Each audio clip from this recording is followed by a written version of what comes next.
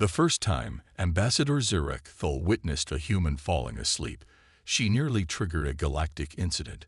Her crystalline appendages flared with alarm patterns as she watched Admiral James Richardson's consciousness simply fade away during their first diplomatic dinner aboard the Kepler research station. Medical emergency. The human representative is losing vital signs. She broadcasted across all frequencies, her normally melodic voice crackling with distress. The dining hall erupted in chaos. 3 Ventralian medical officers rushed forward with their diagnostic equipment, while the Arcturian delegation retreated to a safe distance, their protective fields humming with anxiety.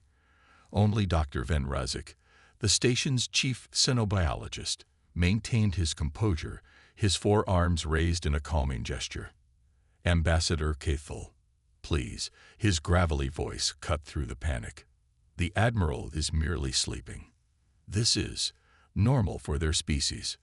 Zyra's sensor arrays recalibrated as she processed this information. Normal. They regularly lose consciousness and become vulnerable to predation or attack. That seems highly improbable for a spacefaring species.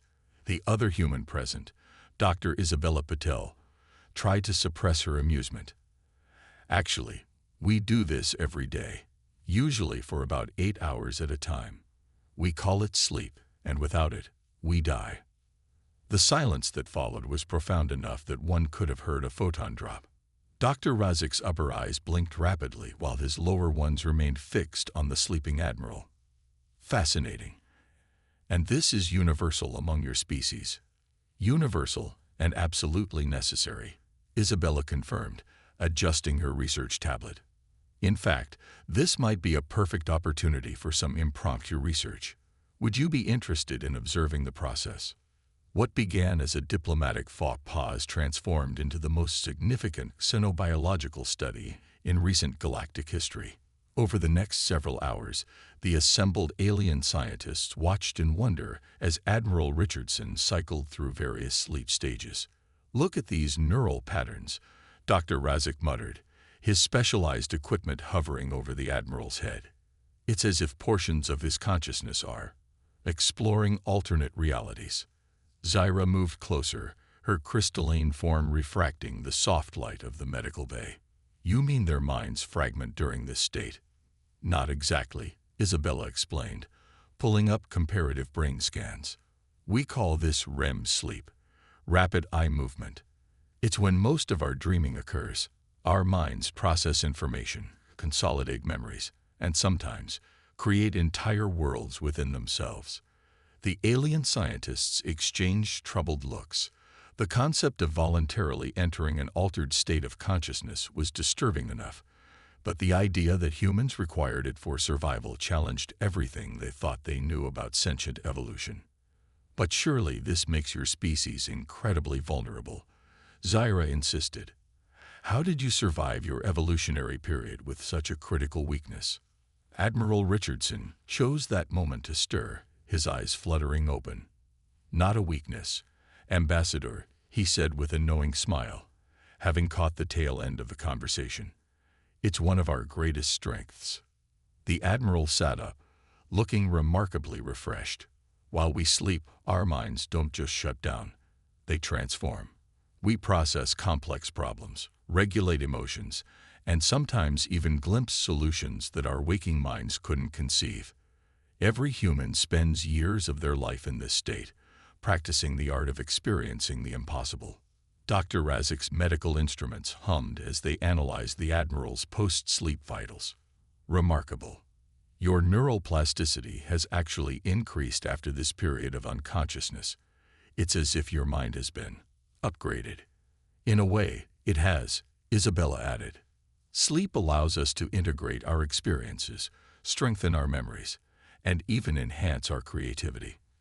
We've found that some of humanity's greatest scientific and artistic breakthroughs came through dreams. Ambassador Zyra's crystalline form pulsed with new patterns of understanding. So when we discovered your species and found your technological advancement inexplicably rapid, this could be part of the explanation. Your entire species spends significant time in a state where your minds can explore beyond normal boundaries. Precisely. Admiral Richardson nodded. Every night, we practice dying a little, letting go of conscious control, and diving into the unknown. It's made us uniquely qualified to handle the impossible, to adapt to the unknowable. Some might even say it's prepared us for the challenges of becoming a spacefaring civilization. As the implications settled over the assembled aliens, Dr. Razik made the first of many entries into what would become the groundbreaking Human Sleep Studies project. Perhaps we have been approaching human physiology from the wrong perspective. What we perceived as a devastating weakness may in fact be the source of their species' remarkable adaptability. Every human, it seems, is a natural explorer of consciousness, trained from birth to navigate between reality and dreams. The question now becomes, what else might they discover in these nightly journeys into the unknown? The room fell quiet as the aliens contemplated this revolution in their understanding of human nature. Outside the station's windows, Earth rotated slowly in the darkness, billions of humans entering their nightly dance with unconsciousness, each one practicing the art of temporary death and rebirth, never knowing they were preparing themselves for the greatest journey their species would ever undertake. Dr. Isabella Patel stood before the assembled Galactic Science Council, her heart racing as she prepared to present their findings. Behind her, a holographic display showed the intricate patterns of human brain activity during REM sleep, dancing like cosmic auroras. Distinguished members of the council, she began, 3 months ago, we made a startling discovery about human sleep. Today, we're here to share something even more extraordinary. The chamber hummed with the collective consciousness of 17 different species. At the center, High Counselor Angsveth's crystalline form sparkled with anticipation. Proceed, Dr. Patel. Your preliminary reports have caused quite a stir. Isabella gestured to her research partner, Dr. Razik, who activated their newest invention, the Dream Resonance Matrix. The device filled the chamber with a three-dimensional representation of human dream patterns, converting neural activity into visible wavelengths. What you're seeing is not just random neural firing, Dr. Razik explained, his 4 arms moving in perfect synchronization as he manipulated the display. These patterns suggest that human dreams operate on quantum levels we previously thought impossible for biological systems. The assembled scientists murmured as the display shifted to show comparative data between sleeping and waking states. Ambassador Zurich Thul, now the leading expert on human sleep studies, moved forward to explain. When humans dream, their minds appear to access quantum states that our most advanced AI systems cannot replicate. They process information not just sequentially, but in multiple potential realities simultaneously. A Meridian scientist, their gas-based form swirling with skepticism, interrupted. Surely you're not suggesting that human dreams breach quantum boundaries. That's exactly what we're suggesting, Isabella confirmed. But it gets more interesting. She pulled up footage from their latest experiments. We've developed a way to partially map dream content in real time. The hologram shifted to show the dreams of a volunteer test subject, Lieutenant Raj Sharma. In his dream state, complex mathematical equations resolved themselves in impossible ways, leading to solutions that shouldn't have worked, but did. Lieutenant Sharma went to sleep struggling with a problem in hyperdrive mechanics, Dr. Razik noted. In his dream, he solved it using mathematics that technically doesn't exist in our universe. Yet when we applied his dream solution to actual hyperdrive systems, it worked. The chamber erupted in shocked discussions. High Counselor Angsveth raised an appendage for silence. Are you suggesting that human dreams can access information beyond our universe's physical laws? We believe, Isabella said carefully, that human sleep evolved not just as a biological necessity, but as a gateway to understanding realities beyond our normal perception. Every human spends approximately 26 years of their life in this state, essentially practicing trans-dimensional thinking. The presentation continued with more data. Artists who dreamed in colors that didn't exist in the visible spectrum, musicians who composed in mathematical patterns that precisely matched distant stellar phenomena, and children whose dream logic somehow predicted quantum outcomes better than supercomputers. But it was their final revelation that truly shook the council. Using the dream resonance matrix, Dr. Razik announced, "We've detected something extraordinary. When humans enter deep sleep states, their consciousness appears to reach out, not just to each other, but to something else, something vast." The holographic display showed a network of sleeping human minds, connected by barely detectable quantum filaments. But beyond that network, at the edges of their instrument's capacity to measure, loomed something that defied description, a presence that seemed to touch every dreaming human mind. "We don't know what it is," Isabella admitted, "but we've detected these patterns in every human subject we studied. When we sleep, when we dream, we're not just processing information or resting our bodies, we're making contact." The implications stunned the council into silence. Ambassador Zyra's crystalline form pulsed with intense patterns of thought.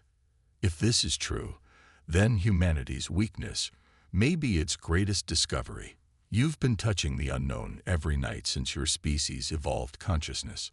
Which raises the question, High Counselor Ankspeth added, their voice resonating through the chamber, "what has been touching back?" The meeting concluded with the approval of unlimited funding for the Dream Research Project, now classified at the highest level. As Isabella packed up their presentation materials, she noticed Lieutenant Sharma watching the sunset through the station's observation dome. "Thinking about your next sleep shift?" she asked. He smiled, but his eyes remained fixed on the horizon where day met night. "You know what's strange, Doc? Ever since you started mapping my dreams, they'd felt different, like something out there knows we're finally paying attention." Isabella was about to respond when her tablet chimed. The dream resonance matrix had detected something new, a pattern emerging in the collective dreams of humanity, growing stronger each night. It looked almost like a message, written in the quantum language of sleep itself. As she stared at the data, Isabella couldn't shake the feeling that their research had triggered something. By learning to observe human dreams scientifically, they might have accidentally announced humanity's presence to whatever vast intelligence lurked in the spaces between consciousness and dreams. The first reports came from New Zealand. People simply stopped sleeping. Within a week, the phenomenon had spread across the Pacific Rim. Then globally, billions of humans found themselves wide awake, night after night, their minds eerily alert despite the total absence of rest. Dr. Isabella Patel hadn't slept in 6 days when she stumbled into the emergency session of the Galactic Science Council, her eyes burning but mind refusing to shut down. The dream resonance matrix displayed worldwide sleep patterns, or rather, the alarming lack thereof. "It's as if something has severed humanity's connection to sleep itself," she reported, her voice hoarse. "The physical need is there, but the mechanism is blocked." Dr. Razik's normally precise movements had become erratic with concern. "The quantum patterns we observed in human dreams haven't disappeared. They've changed. Look at this." The holographic display showed a new configuration of the mysterious quantum filaments they'd discovered. Instead of reaching out into the unknown, they now formed a tight, defensive sphere around Earth, like a cocoon of conscious energy. "It's a quarantine," Ambassador Zyra realized, her crystalline form dimming with shock. "But are we being protected from something? Or is something being protected from us?" High Counselor Ankspeth's voice cut through the speculation. "What are the implications for the human population?" Lieutenant Raj Sharma, now head of the emergency response team, stepped forward. His hand shook slightly as he pulled up the medical projections. "Without sleep, we're looking at cognitive collapse within weeks. Mass hallucinations have already started. The barrier between waking and dreaming is breaking down." As if to emphasize his point, the chamber's lights flickered, and for a moment, everyone saw impossible colors bleeding through the walls. More and more humans were reporting similar phenomena. Reality itself seemed to be becoming uncertain around them. "The human mind wasn't meant to stay conscious indefinitely," Isabella explained. "We're starting to perceive things that our sleeping minds usually process and filter. The question is, Why now? What changed? The answer came from an unexpected source. Dr. Yulin Zhao, a quantum physicist who'd been monitoring deep space signals, burst into the chamber.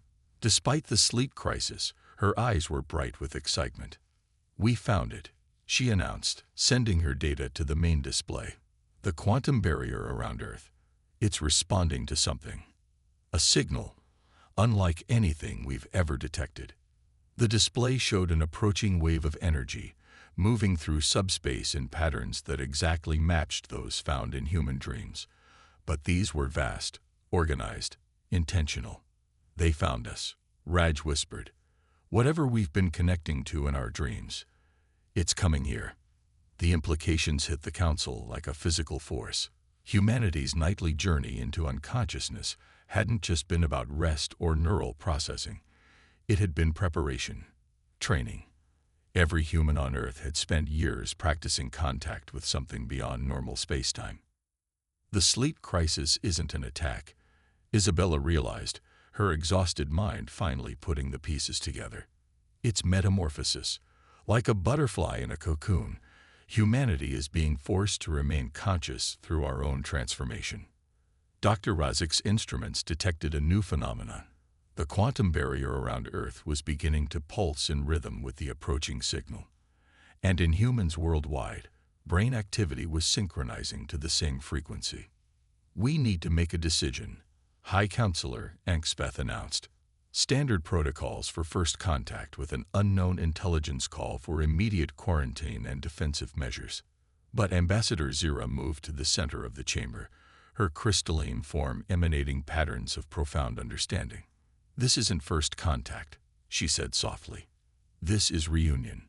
Humanity has been in contact with this intelligence every night since they first dreamed. We're just finally awake enough to remember it." The chamber erupted in debate, but Isabella barely heard it. Her attention was caught by the dream resonance matrix, which was showing something new. In the patterns of awakened human minds, a message was forming. Not in any known language, but in the fundamental mathematics of consciousness itself. "It's an invitation," she announced, silencing the chamber. "Whatever's out there, whatever we've been touching in our dreams, it's asking us to take the next step, to wake up fully, not just from sleep, but from the limitations of our current consciousness." As if in response, the quantum barrier around Earth pulsed more intensely, and every human felt something shift in their minds. The boundary between waking and dreaming, between possible and impossible, began to blur not into chaos, but into a new kind of order. Humanity stood on the brink of its greatest evolution, guided by the very force that had been teaching them through dreams since the dawn of their species. The question was no longer about surviving without sleep. It was about whether they were ready to be truly awake for the first time. As the signal grew stronger and the barrier continued to pulse, Isabella realized that everything they'd learned about human sleep had been leading to this moment. The nightly practice of dying hadn't been a weakness after all. It had been preparation for the ultimate awakening. The true purpose of sleep was finally revealing itself, and with it, humanity's place in a universe far stranger and more wonderful than anyone had imagined. Time had become fluid in the 2 weeks since the sleep crisis began. With the barrier between waking and dreaming crumbling, humanity experienced reality in unprecedented ways. Dr. Isabella Patel found herself simultaneously in the Kepler Research Station's main laboratory and walking through memories of her childhood home. Both experiences equally real, equally present. "The phenomenon is accelerating," Dr. Razak reported, his 4 arms manipulating holographic displays that showed the collective consciousness of Earth's population. "The quantum entanglement between human minds has reached levels we thought theoretically impossible."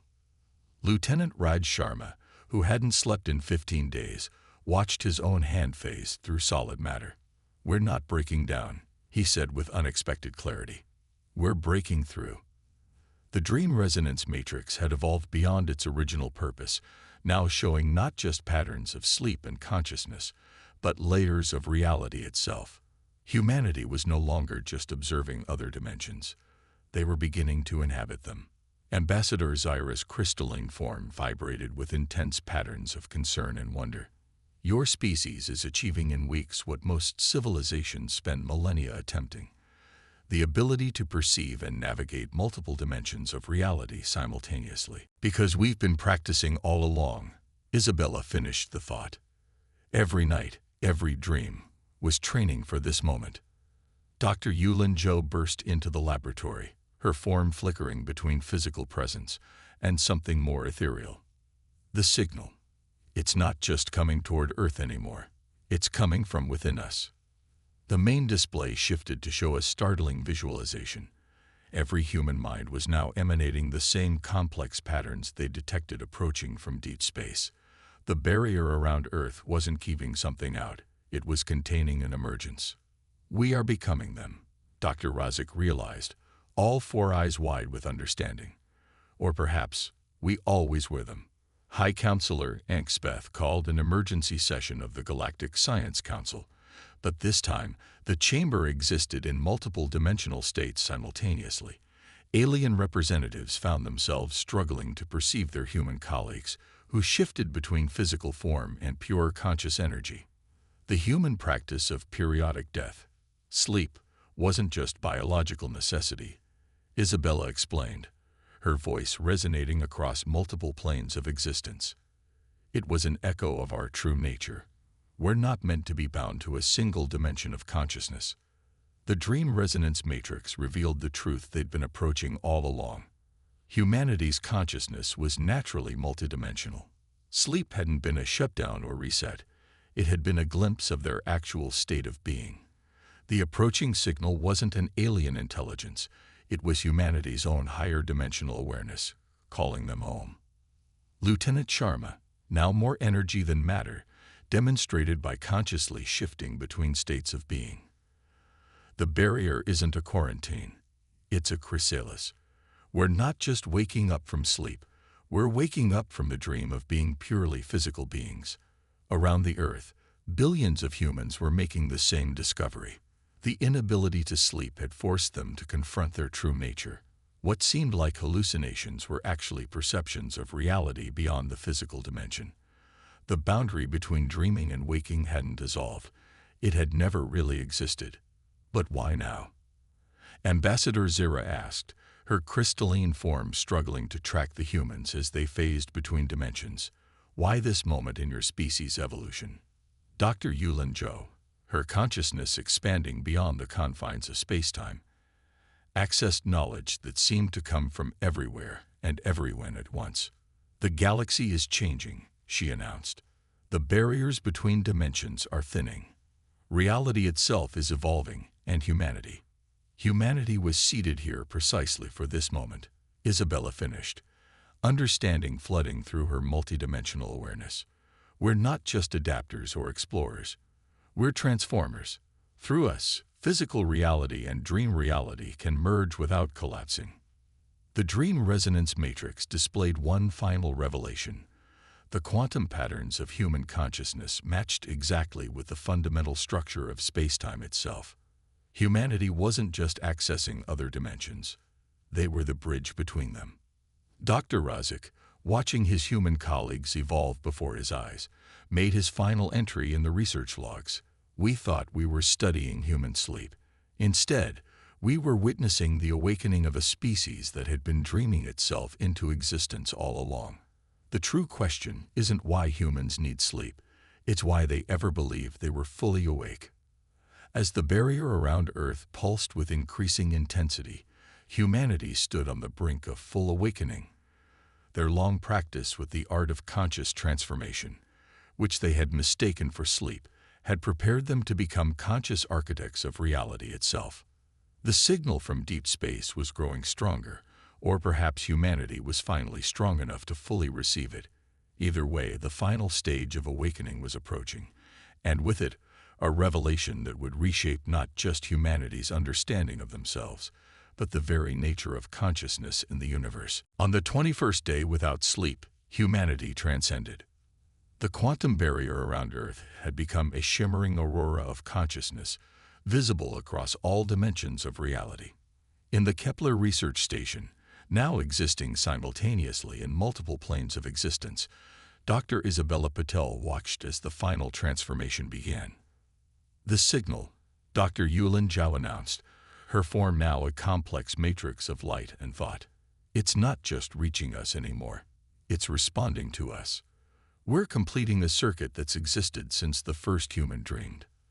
The dream resonance matrix, having evolved far beyond its original design, showed the truth in patterns of pure mathematics.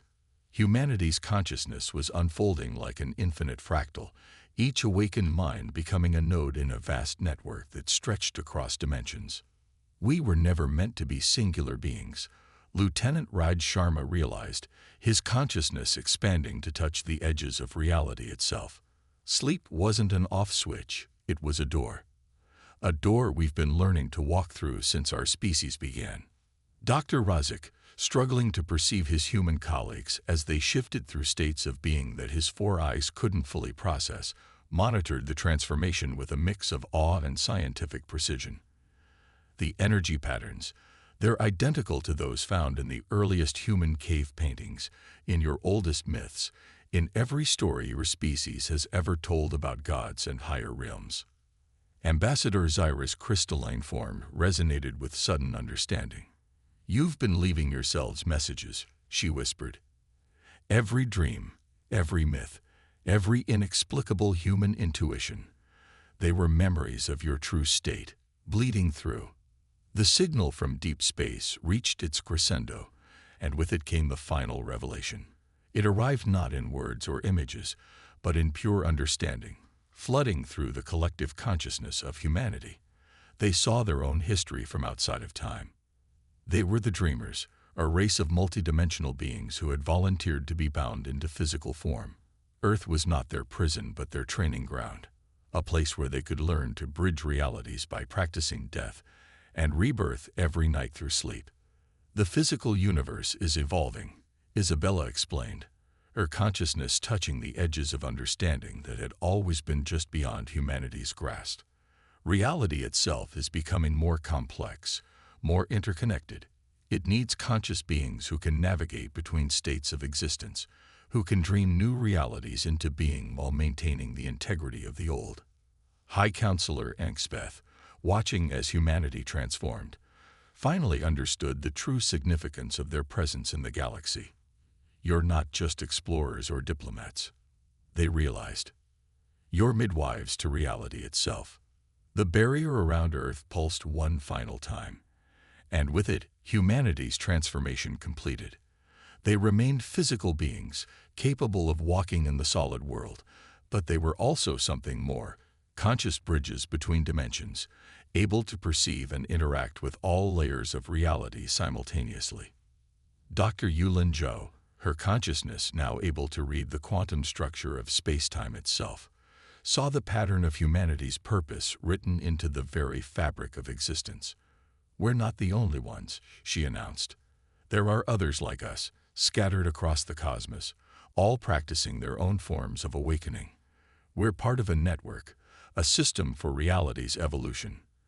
The dream resonance matrix displayed one final image before transforming into something beyond mere technology, a map of the galaxy, showing not just physical stars and planets, but lines of conscious energy connecting various worlds.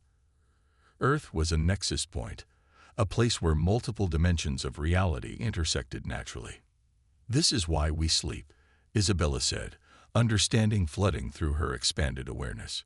"Not because we need rest, but because reality needs dreamers, beings who can die a little each night and return, who can walk between worlds and remember both. We're not just observers of the universe. We're its imagination." As humanity stepped fully into their new state of being, they brought with them all the lessons learned through countless nights of practice. The art of letting go, of transforming, of seeing beyond the apparent into the possible. All of it had been preparation for this role. Dr. Razik made his final entry in the xenobiological records. "Today marks not the end of human sleep, but the awakening of humanity's true purpose. They dream not because they must, but because reality itself needs dreams to grow. And in teaching themselves to die and live again each night, They have become the universe's greatest dream of itself. Around Earth, the barrier dissolved, revealing not empty space, but an infinite canvas of possibility. Humanity stood ready, both physical and transcendent, awake and dreaming, singular and infinite. They had finally understood that sleep wasn't a necessity of their existence. It was the essence of their purpose. The signal that had called them to awakening faded, not because it was gone, but because they had become its source. Every human now carried within them the ability to walk between worlds, to dream new realities into being, to serve as conscious bridges between what is and what could be. They were finally, truly awake, and the dream was just beginning.